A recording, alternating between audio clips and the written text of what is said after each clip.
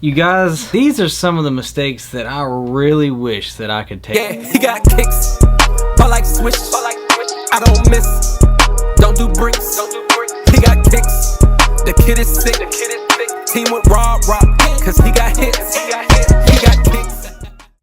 What is up YouTube? I'm He Got Kicks. Welcome to my channel. If you guys are new to the channel, hit that subscribe button, ring that bell, they'll get all notifications every time I drop one of these bangers for you guys. Hit the like button, hit the share button, do all those great things for me. Follow me on Instagram at therealhegotkickz, and of course the hat page Perfectbrimz, and of course TikTok HeGotKicks95. You guys, a lot of people always ask me, like, do I have regrets? Are there some sneakers that you know, I wish I still had, or wish, you know, if I traded any, or regret I sold, or whatever. So these are going to be my top 5 shoes that I regret selling and or trading or whatever, but that I don't have in the collection anymore, and that I kind of wish that I could take back, honestly. And there are some bangers in here, if we're going to be completely honest with you, and some of them I have went back and got, but I spent way more the second time. That's why they're going to be in on this list. But of course, to start the list off, it is the Air Max 197 Sean Witherspoon. That sneaker right there, I think I actually was on YouTube at the time. I think I unboxed it and everything, but I got exclusive access because, like, they did exclusive access for people that voted for the Sean's for Air Max Day and everything, and I did, and I ended up hitting, and I couldn't believe it, if I'm being completely honest with you. But I got them in, and I never wore them, and you know, I got them for retail, and I ended up, you know, being, you know, in my friend's house who has a very large sneaker collection as well. Shout out to Ben. But we were sitting there one day, and he's like, "Man, I really want them. I'll wear them and this and that." And I was like, "Well, okay. What do you have to trade for them?" So it was a good trade, especially now, you know, looking back on it. I got a pair of Air Jordan 1 breads that were worn a few times. You know, the band that came out in 2016. I also ended up getting a pair of black toes that came out in 2016, and a pair of Travis Scott 4s. So I feel like I kind of won the trade, but I was like, man, I'll just go back and get the Sean's. Well, eventually they shot up to over $1,000, and I was like, and at the time I definitely did not have the money to do that or come anywhere close to doing that. So that right there was one that I still have not went back and got, if I'm being completely honest with you, and one that I kind of wish that I would have kept. But it did give me some other sneakers that, you know, I have today.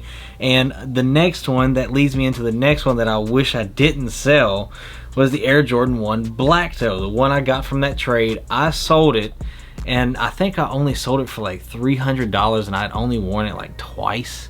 So, like, it was still really great condition, and one of my buddies wanted it, and I sold it to him for like $300, and now it's going for like $800-900, something like that. And I can't get that, but I do have the satin black toes. I will be getting the Jordan 1 low black toes, you know, so I guess I'll be okay. But I still wish that I would have had like the OG, like, you know, actual black toe, but don't have that one. The next one is, of course, the Air Jordan 6 Travis Scott in the olive colorway. I wish I would have kept that one, and actually I lost money on that one, if I'm being completely honest with you. But I was at the point where I needed money. I was getting ready to move and everything, and getting ready to move down here, and I was like, you know what, I'm just gonna move some stuff, because I don't really want to just like take all these boxes, because I was literally taking all my, you know, Container Store boxes along with sneakers that were still in boxes. I think around the time I had like 350 pairs of shoes or something like that in my apartment in Louisville. So like, it was just there, and I was like, man, I need to get rid of some stuff. I don't feel like moving all this, and because I had to pack everything on my own. So like, I was like, man, I just want to move it. So I lost money on that one, and that was a big L, not gonna lie to you. But I do wish that I would have kept that one, because again, I have now the entire Travis Scott 1 low and the Travis Scott 4s. So it's like, man, I could have had that and just kept it and just had the collection and whatever, because, you know, a lot of stuff ended up turning to my favor when I moved, so I didn't really actually have to sell anything. But oh well, it is what it is. The next one, I actually hit for the Travis Low Mocha, but I put in for the wrong size, so I got a 10.5 for retail, and I needed 10 or 9.5 actually in low tops.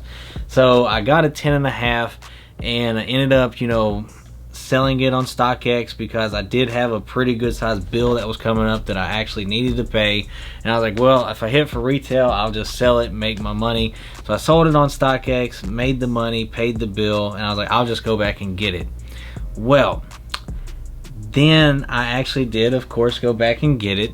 Now that I have it again, I paid $1,200 for it to get it back. I only got $670 out of it the first time, so I literally paid double the second time around to get that sneaker. So like, that one is always stuck with me because I literally paid so much to get it back. Like, I literally paid double. So that's why I absolutely hated it. And the number one sneaker that I regret selling, and I did end up going to get it back but paid more again, was the Air Jordan 6 Carmine. That sneaker has so much sentimental value to me. The Nike Air, you'll see it right here. I have it here. It has a whole lot of sentimental value to me, but the Nike Air one that I bought whenever they first came out had pink on it. So I literally just sold it, and it kind of made me mad and salty and everything. And I was like, all right, well, I got it with my discount the first time. So I got it for like $140. And so I sold it for retail to somebody. So I made like 20 bucks, or I made like 60 bucks off of it. Didn't care. It was just one of those things where I was like, all right, I don't want a sneaker that has the pink on it and the dye's bleeding and everything. And I was like, screw it, whatever, I'll just sell it.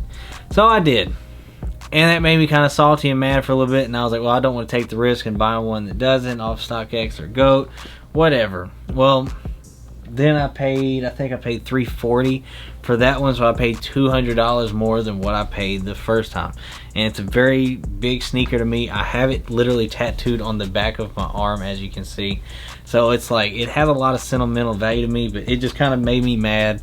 And, you know, shouldn't have, you know, sold it, and I should have just kept it and just did whatever. But I paid more, and that's why that one, because it means so much to me, that's why it's number one. But let me know in the comment section down below what your top 5 regrets that you guys have, or if you have any regrets at all, or, you know, if it's not 5, whatever. Let me know in the comment section down below. I'm really curious to hear what your guys' regrets are. And again, man, if you guys are new to the channel, hit that subscribe button, ring that bell to get all the notifications, hit the like button, hit the share button, do all those great things for me. Love you guys. Thank you guys for everything. I love sharing these stories with you guys because, again, we all have our own journeys where we go sneakers, you know, and, you know, where we get them from, what we do with them, and we all have our own stories, and I'm kind of curious to hear about your guys as well. So let me know in the comment section down below. Love you guys. I'll see you guys in the next video. Peace.